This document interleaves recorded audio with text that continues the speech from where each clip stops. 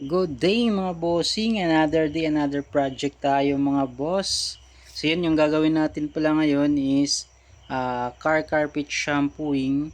So yun, ang nangyari dito is nag-overflow yung aircon niya mga bossing. Kaya nabasa dyan sa may passenger side. At dahil medyo matagal na, kumalat na yung basa niya. So yun, kaya pinashampoo na ng may-ari sa atin. So yun, ang gamit pala natin dito na shampoo mga boss is reverse. So yun, mabulang-mabula yan at mabango mga bossing. So kaya gustong-gusto kong gamitin yan mga boss. Either uh, upuan man or carpet or yung ceiling, yung headliner. Yan na yung gamit natin mga boss ever since talaga nag-start tayo mga boss. Then yung gamit natin na pang scrub is ano na siya, carpet polisher na siya.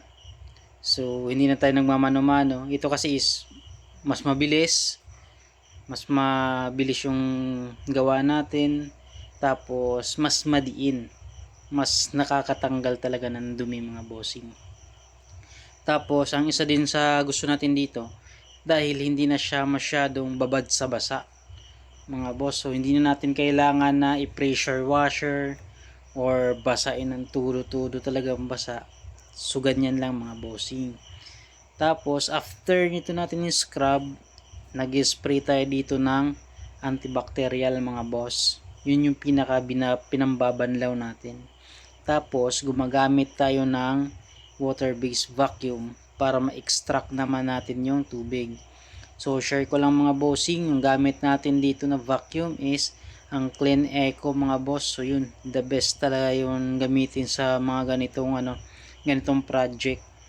Tapos kaya niya humigop up to 2.5 liters ng tubig mga bossing.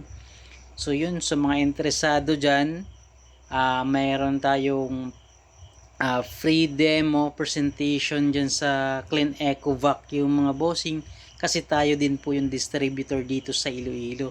Kaya sa may mga car wash and auto detailing shop dyan mga bossing, kung interesado kayo, mag-comment lang kayo dyan or mag-PM kayo mga boss.